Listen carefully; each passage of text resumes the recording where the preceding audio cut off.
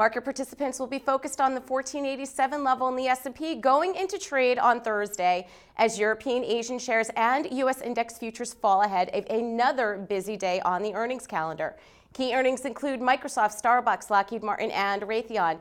WTI crude fell sharply Wednesday on news that the Jones Creek delivery point from Cushing has reached maximum capacity, sparking a dramatic shift in the Brent versus WTI spread back above $17.50 per barrel. Some traders also suggested that March crude oil might have come under late-day pressure on prospects that this week's U.S. inventory data might show a build to the supply range of 2 to 2.5 million barrels.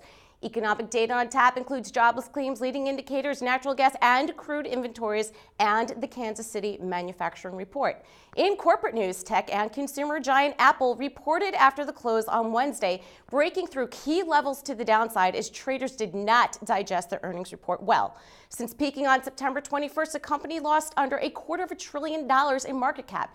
Just like last quarter, there were some things for the bulls and some things for the bears, and the market does not like uncertainty. Many questions will remain up for debate in terms of competition versus supply constraints, the true gross margin trend, and pipeline cannibalization. So while the numbers year over year were quite impressive, it was not the blowout needed for the stock to move higher, and trading in the name could be very choppy. From a macro perspective, the key thing to watch over the next few trading sessions is to see if Apple really can impact this market that has been in a steady uptrend for quite some time.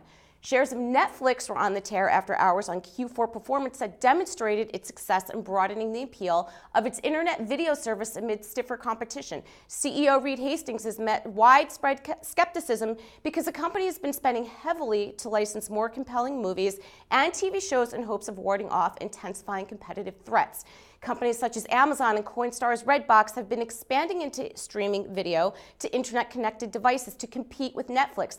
Many traders I've spoken to believe this is certainly a short squeeze and money rotating out of Apple to the next trade. Despite the recent rebound, Netflix's stock remains way below its peak performance of nearly 305 reached in July 2011. As a reminder, I will be co-hosting our monthly webinar series with Greg Jensen of Options Animal on Wednesday, January 29th at 6 p.m. Eastern. Greg and I will focus on the global theme and what stocks and option strategies to take a look at to capitalize on the strength in emerging markets. Complete details can be found on the homepage of TheStreet.com and, of course, on Twitter at TheStreet and at Options Profits. I'm Jill Malandrino of The Street's Options Profits. Have a great week and trade well.